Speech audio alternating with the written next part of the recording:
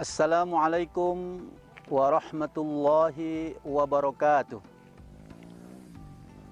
Alhamdulillah, alhamdulillahil wahibil atiyah, wassalatu wassalamu ala khairil bariyah, wa ala alihi wa ashabihi dhawin nufusiz zakiyah, amma ba'd. Kaum muslimin wal muslimat yang dirahmati Allah subhanahu wa ta'ala, salah satu imam mazhab yang bernama Imam Ahmad bin Hanbal, di usia lanjutnya beliau tinggal di Irak. Suatu hari beliau punya keinginan yang menggebu-gebu, ingin mengunjungi kota Basrah. Maka akhirnya beliau pun dari tempat tinggalnya pergi menuju Basrah. Sesampainya di Basrah,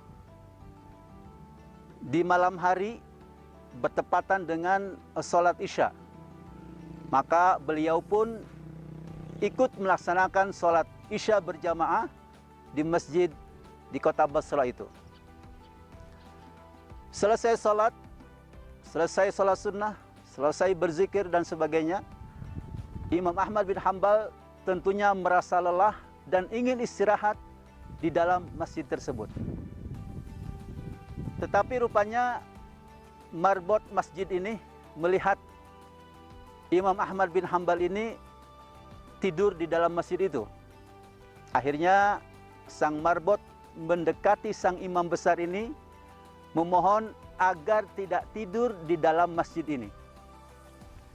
Maka Imam Ahmad tanpa banyak bertanya, tanpa banyak protes, langsung pindah keluar tidur di teras masjid. Rupanya tidur di teras masjid pun tidak bisa, dilarang.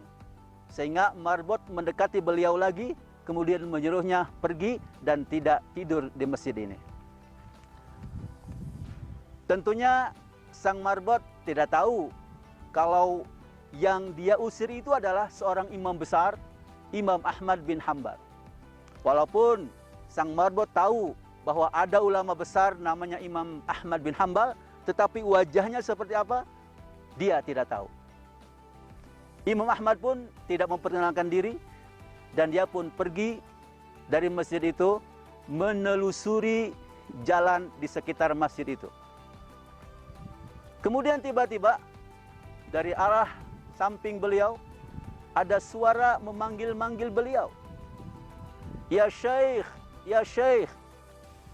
Panggilan Syekh ini maksudnya adalah karena yang dilihat oleh orang yang manggil itu adalah orang yang sudah lanjut usia, sehingga dipanggil ya Syekh. Karena yang memanggil ini pun tidak tahu kalau itu adalah imam besar.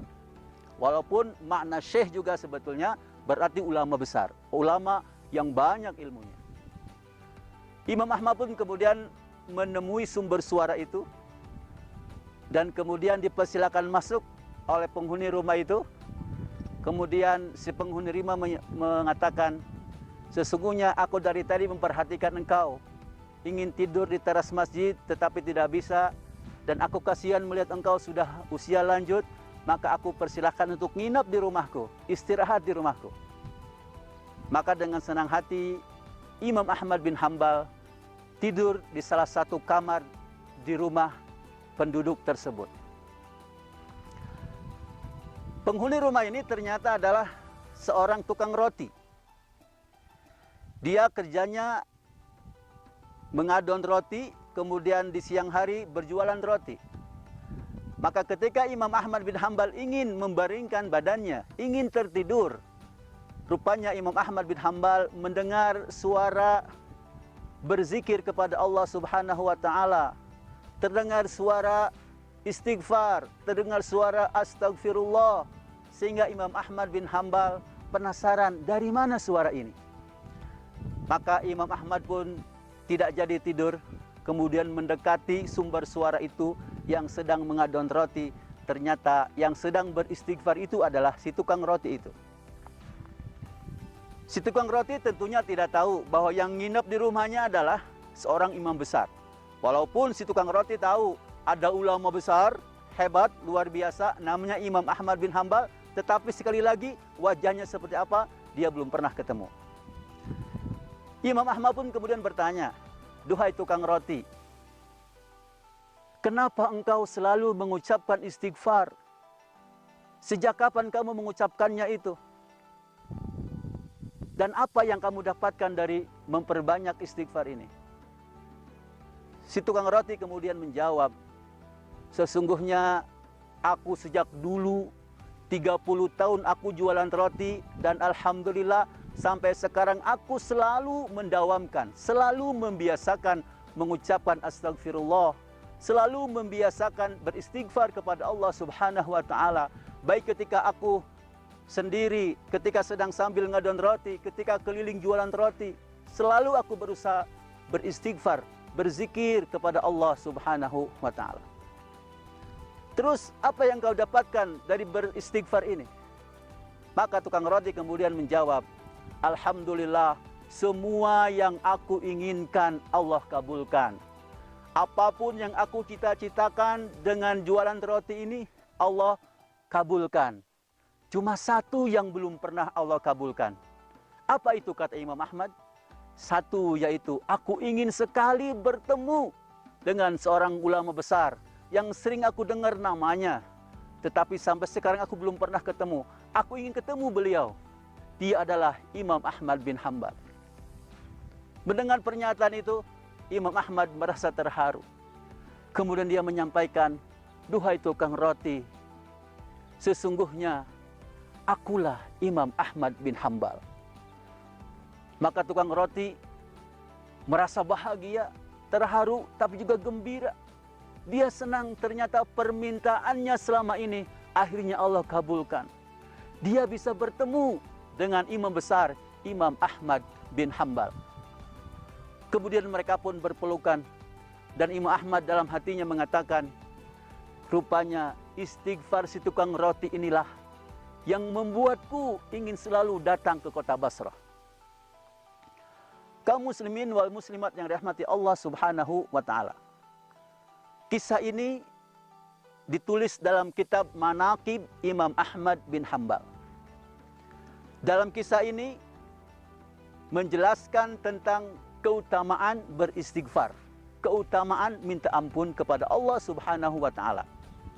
Dan salah satunya adalah dengan istighfar itu Allah mudahkan rezeki.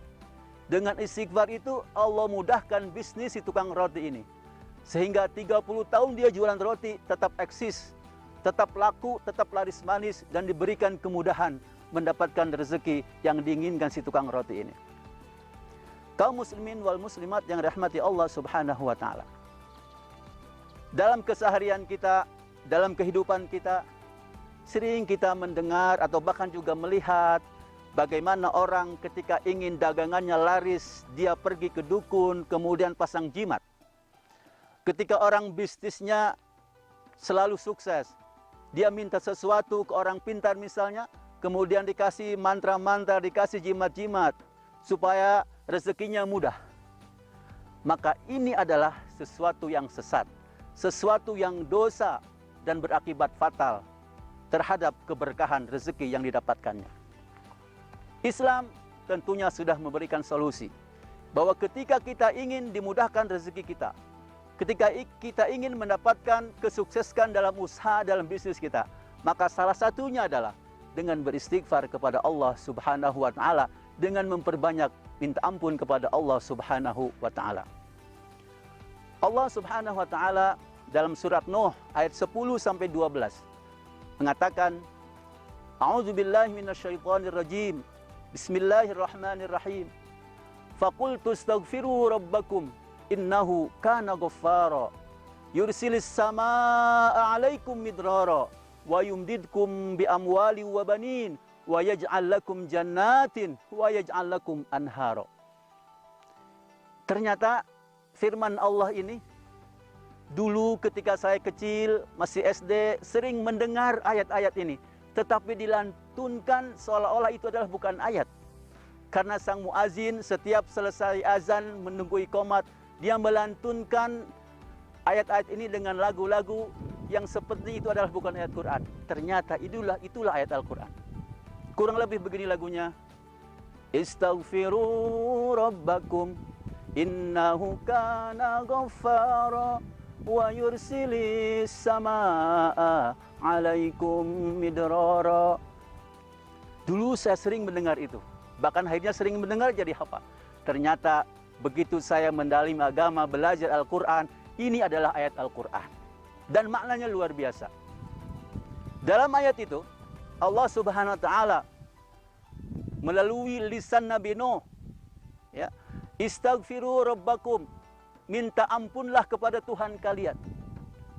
Innahu kana ghaffara, karena yang pertama Allah itu Maha Pengampun.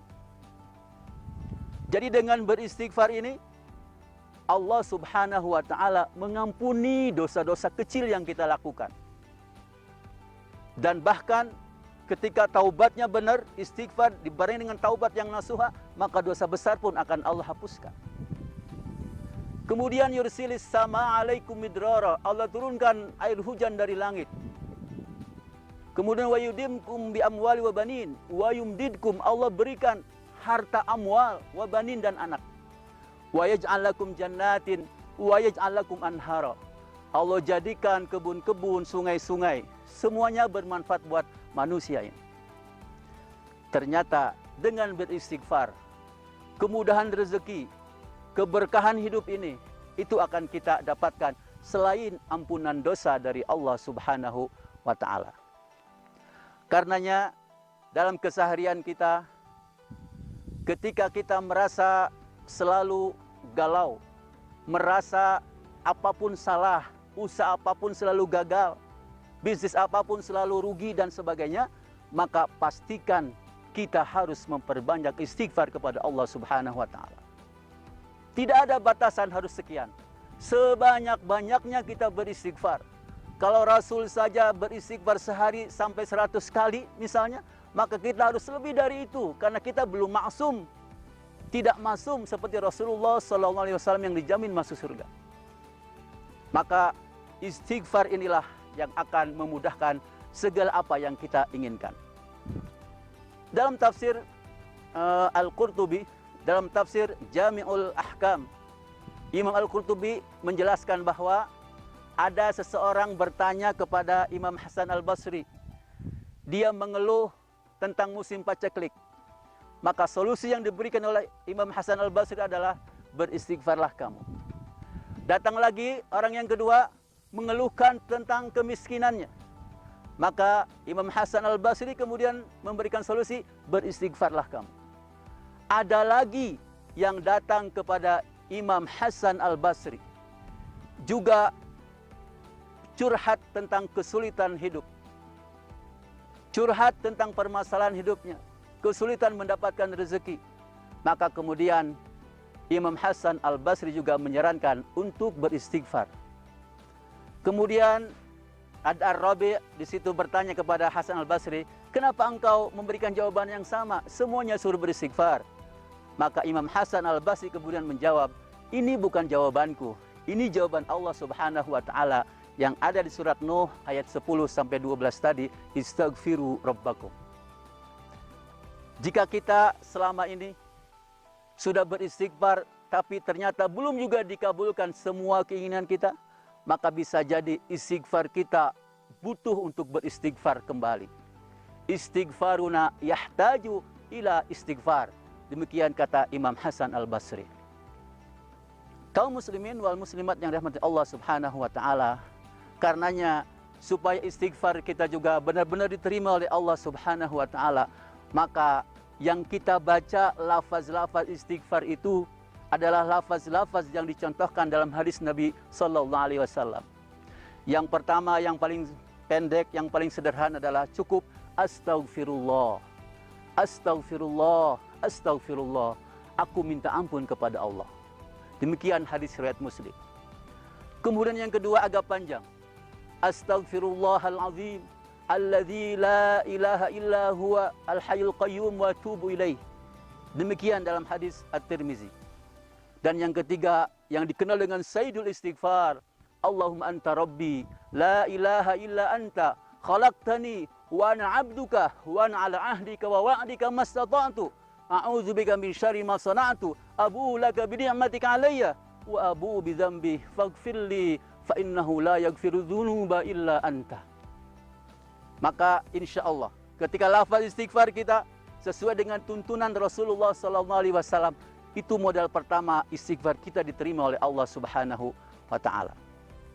Oleh karena itu, marilah kita memperbanyak istighfar kita. Pahami bahwa beristighfar itu artinya minta ampun, maka kita berusaha meninggalkan kemaksiatan sekecil apapun, terus minta ampun karena manusia tidak pernah luput dari salah dan dosa. Seperti si tukang roti tadi, membiasakan istighfar sehingga Allah berikan semua cita-citanya, Allah kabulkan, termasuk rezekinya lancar, dan termasuk juga ingin ketemu dengan imam besar, Imam Ahmad bin Hanbal. Kaum muslimin wal muslimat yang dirahmati Allah Subhanahu wa taala, demikian tausiah yang dapat saya sampaikan. Mudah-mudahan kisah si tukang roti dan istighfar ini menginspirasi kita untuk terus menjadikan kita beristighfar, minta ampun kepada Allah Subhanahu wa taala, dan kita dimudahkan segala keinginan, dilapangkan segala rezeki, diberikan kemudahan.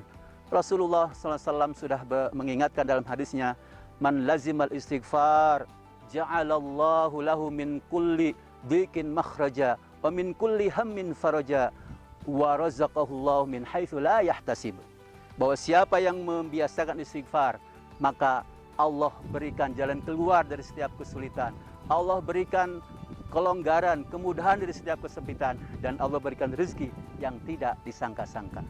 Demikian, kurang lebihnya mohon maaf. Wal afu minkum. Hasbunallah ni'mal wakil, ni'mal maula wa ni'man nasir. Wassalamualaikum warahmatullahi wabarakatuh.